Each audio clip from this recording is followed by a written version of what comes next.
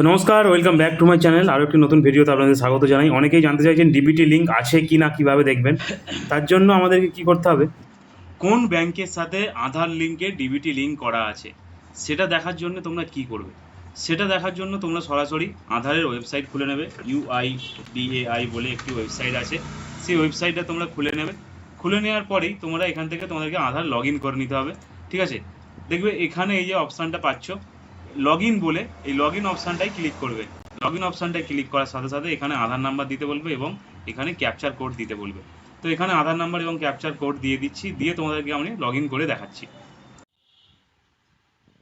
তো দেখতে পাচ্ছ লগ ইন হয়ে গেছে আধার নাম্বার এবং ক্যাপচার কোড দেওয়ার পরে। এখানে আমরা দেখে নেবো এবার আমাদের কোন ব্যাংকের সাথে লিঙ্ক করা রয়েছে। এই যে এখানে দেখতে পাচ্ছ আধার ব্যাংক সিডিং স্ট্যাটাস, এই যে ব্যাংক সিডিং স্ট্যাটাস বলে যে অপশনটা দেখতে পাচ্ছ, এই অপশনটাতে ক্লিক করতে হবে। ক্লিক করার সাথে সাথে কিন্তু তোমাদেরকে এখানে সমস্ত ডিটেলসটা দেখিয়ে দেবে যে কোন ব্যাংকের সাথে লিঙ্ক করা রয়েছে। ঠিক আছে, তো এখানে দেখতে পাচ্ছ আমার কিন্তু এখানে লিঙ্ক করা রয়েছে কোন ব্যাংকের সাথে এবং কত সাল থেকে, সেটাও কিন্তু এখানে দেখিয়ে দিচ্ছে। তো এইভাবে তোমাদের কোন ব্যাংকের সাথে লিঙ্ক আছে তোমরা দেখতে পারবে। এবং যদি মনে হয় যে এই ব্যাংকের সাথে লিঙ্ক যেটা ছিল সেটা অ্যাকাউন্ট বন্ধ হয়ে গেছে, নতুন করে অ্যাকাউন্ট আধার লিঙ্ক করবে বা ডিবিটি লিঙ্ক করবে, সেটাও কিন্তু আমি দেখিয়ে দিচ্ছি। তো ডিবিটি লিঙ্ক করতে গেলে সবার প্রথমে কিন্তু আমাদেরকে NPCI বলে একটি ওয়েবসাইট খুলে নিতে হবে। এরকম NPCI বলে ওয়েবসাইটটা খুলে নেওয়ার পরে জাস্ট প্রথম যে ওয়েবসাইটটা আসবে সেই ওয়েবসাইটটা খুলে নিতে হবে। খুলে নেওয়ার পরে আমাদের সামনে ঠিক এরকম একটা পেজ ওপেন হয়ে যাবে, দেখতে পাচ্ছ। এই পেজ অনুযায়ী এই যে কাস্টমার বলে যে অপশানটা রয়েছে, এই কাস্টমার অপশানটাতে ক্লিক করলে একটু নিচু দিকে আসলেই কিন্তু ভারত আধার সিডিং এনেবেল এই অপশানটাতে ক্লিক করতে হবে। ক্লিক করার সাথে সাথে এখানে কিন্তু একটা পেজ ওপেন হয়ে যাবে। এখান থেকে তোমরা তোমাদের ডিবিটি লিঙ্কটা করে নিতে পারবে। ডিবিটি লিঙ্ক করে নিতে পারবে কারণ একটাই, তোমাদের যদি আগের কোনো ব্যাঙ্ক অ্যাকাউন্ট থাকে তাহলে সেটা যদি থাকতে বা রাখতে চাও সেটাও রাখতে পারো, অথবা তোমরা নতুন ব্যাঙ্ক অ্যাকাউন্টও করে নিতে পারো। এবার এইখান থেকে এই যে ডান দিকে অপশানগুলো রয়েছে দেখতে পাচ্ছ, এই যে এখান থেকে এই যে প্রথম অপশানটা আধার সিডিং বা ডিসিডিং, এই অপশানটাতে ক্লিক করতে হবে। ক্লিক করার সাথে সাথে তোমাদেরকে এখানে আধার নাম্বারটা দিতে হবে।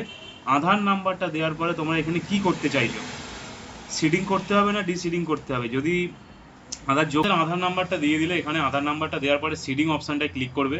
ক্লিক করার পর এখানে সিডিং টাইপ প্রথম অপশান আছে ফ্রেশ সিডিং, অর্থাৎ যাদের কোনো ব্যাঙ্ক অ্যাকাউন্টের সাথে আজ পর্যন্ত আধার লিঙ্ক নেই তারা এখানটায় করবে ফ্রেশ সিডিং। যাদের একই ব্যাংকে দুটো অ্যাকাউন্ট আছে, হয়তো একটা অ্যাকাউন্টে লিবি লিঙ্ক ছিল সেটা বন্ধ হয়ে গেছে অ্যাকাউন্ট, অন্য অ্যাকাউন্টে ডিবিটি করবে, তারা দ্বিতীয়টা করবে। এবং 3 নম্বরটা movement from one bank to other bank, ধরো কারো ইন্ডিয়ান ব্যাংকে আছে তারা SBI করবে, বা SBI আছে ইন্ডিয়ান ব্যাংক করবে, বা পাঞ্জাব ব্যাংকে ছিল তারা কানাডা ব্যাংকে করবে, তারা সবার শেষের অপশানটা ক্লিক করবে। ক্লিক করার পরে এখানটা তাদেরকে অ্যাকাউন্ট নাম্বার কিন্তু দিয়ে দিতে হবে। এখানে অ্যাকাউন্ট নাম্বারগুলো কনফার্ম করে দিতে হবে দুবার। করে দেওয়ার পরে এই অপশানটাতে ক্লিক করে নিতে হবে।